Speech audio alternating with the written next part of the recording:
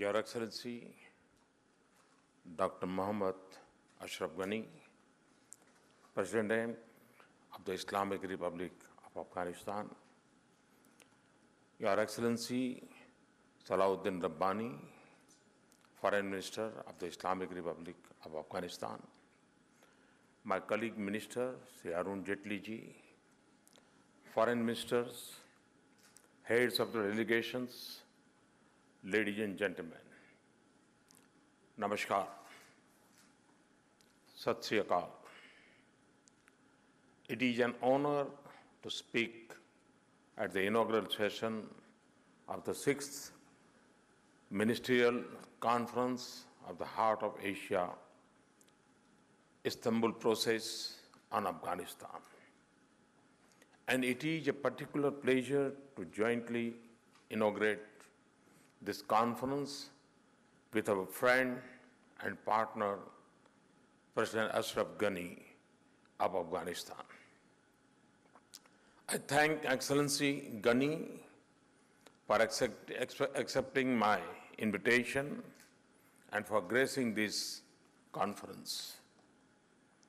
It is also a great privilege for me to welcome all of you in Amritsar, a city blessed with simplicity, beauty, and spirituality, and abode to the Golden Temple, the holiest shrines of Sikhs.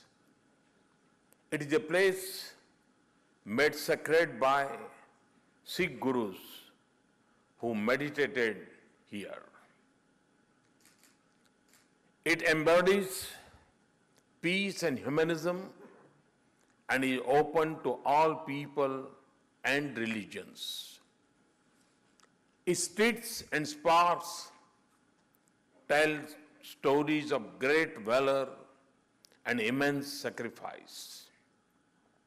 It is a city whose character has been shaped by proud patriotism and generous philanthropy of its residents, and by their spirit of enterprise, creativity, and hard work. Amritsar also happens to nurture an old and steadfast connection of warmth and affection with Afghanistan. Among the earliest disciples of the first Guru of Sikhs, Baba Guru Nanak Dev Ji, were Afghans in Kabul in the 15th century. Even today, the shrine of an Afghan origin Sufi saint, Baba Hazrat Sheikh in Punjab, is revered by all faiths, including visitors from Afghanistan.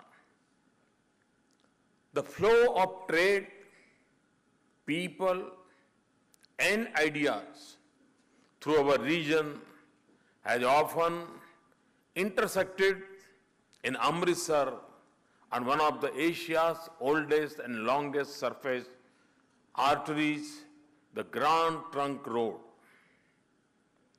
Amritsar reinforces the value of restoring connectivity, which is so crucial for the overall growth, stability, and economic prosperity of Afghanistan. Excellencies, ladies and gentlemen, since the turn of this century, the international community has extensively engaged in Afghanistan.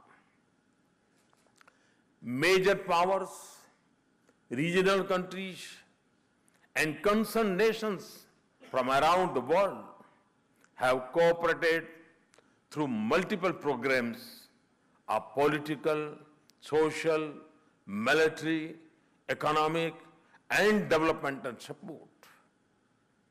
Our gathering today reaffirms the commitment of the international community to durable peace and lasting political stability in Afghanistan.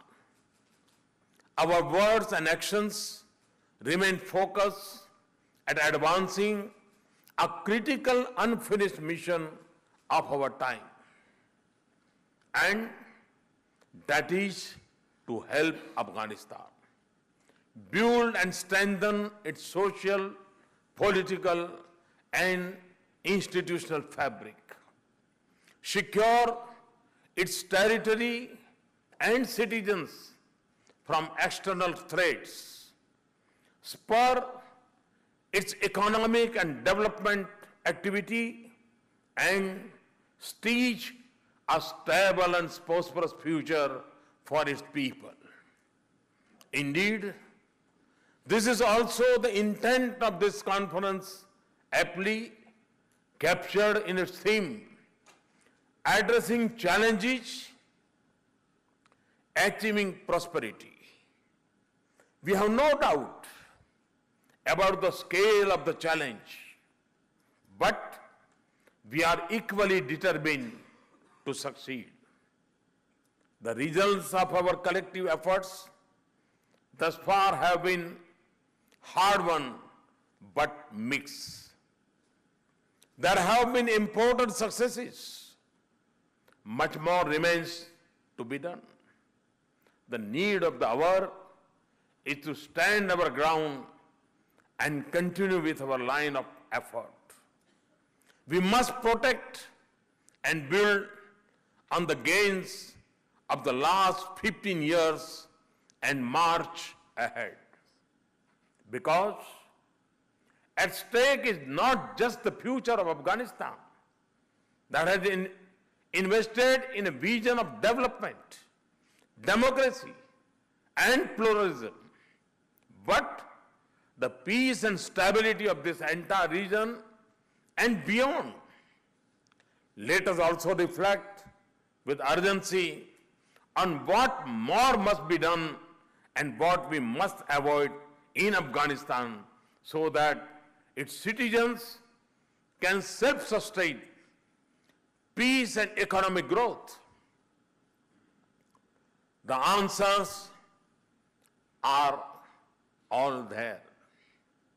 The question is of resolve and action, and of putting Afghanistan and its people first. For this first, an Afghan-led, Afghan-owned, and Afghan-controlled process is the key. It is the only guarantor of durability of solutions. The second, we must demonstrate strong collective will to defeat terror networks that cause bloodshed and spread fear. Terrorism externally induce instability pose the gravest threat to Afghanistan's peace, stability, and prosperity. And the growing arc of terrorist violence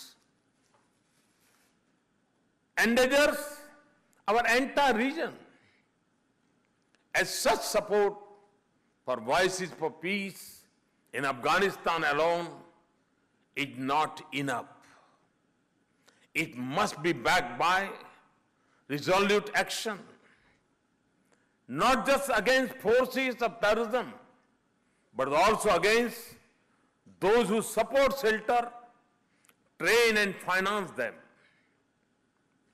Silence and inaction against terrorism in Afghanistan and our region will only embolden terrorists and their masters. The third, our bilateral and regional commitments of material assistance for Afghanistan's development and humanitarian needs must continue and increase. Our cooperative endeavors in Afghanistan should contribute to its infrastructure and institutional capacity and shape propelling engines of growth. Fourth, we should all work to build stronger positive connectivity between Afghanistan and other countries of the region. Afghanistan should be at the center of our connectivity networks, not peripheral up to them. On our part, we see Afghanistan as the hub for strengthening links of connectivity between South Asia and Central Asia. We cannot deny that the more connected Afghanistan is with the regional arteries of trade, capital, and markets, the more assured would be its economic growth and progress. President Ghani and I have conversed on the priority of the strengthening trade and transport linkages with other partners in the region. Excellencies, ladies and gentlemen, on India's part, our commitment to our brave Afghan brothers and sisters is absolute and unwavering. The welfare of Afghanistan and its people is close to our heart and our minds. The successful record of our partnership in projects, big and small, in Afghanistan speaks for itself. The principal dimension of our cooperation has always been its people-centric nature.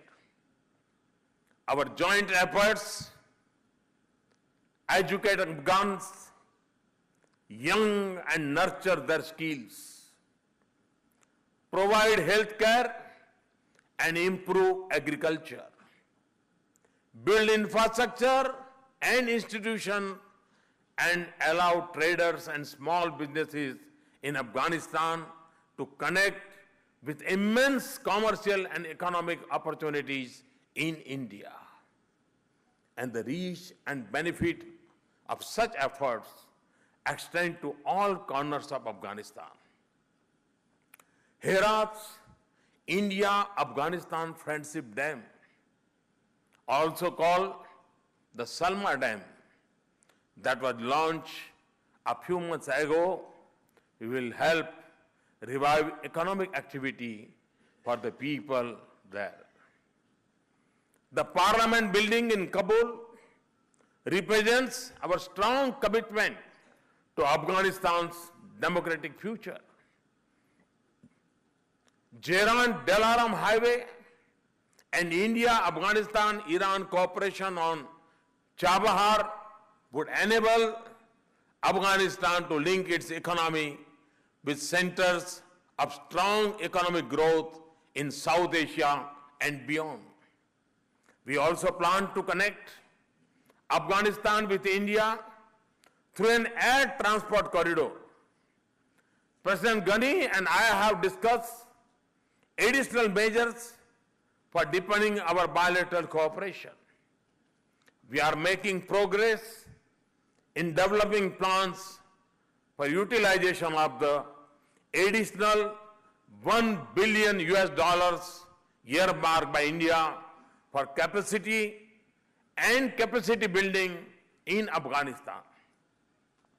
It will extend to areas like water management, health, infrastructure, energy, and skill development.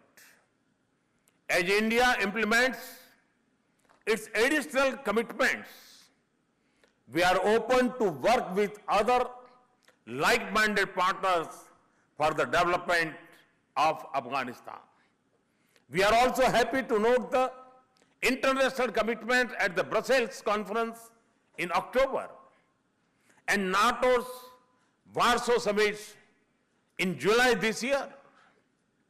We will continue efforts to scale up our ambition and dedication to assist Afghanistan. In this, we draw upon lessons learned and best practices derived from our shared experiences in working on projects. Excellencies, ladies and gentlemen, let us remember that every passing day we help Afghanistan to achieve successful political, security, and economic transition. We are also helping ourselves create a more peaceful region and world. I hope that your deliberations will produce constructive and forward-looking pathways for action that promote cooperation in place of conflict, development in place of need, and security in place of terrorism. Let us rededicate ourselves to making Afghanistan a geography of peace, a place where reason and peace succeeds, progress and prosperity prevails, and democracy and plurality wins. Thank you very much.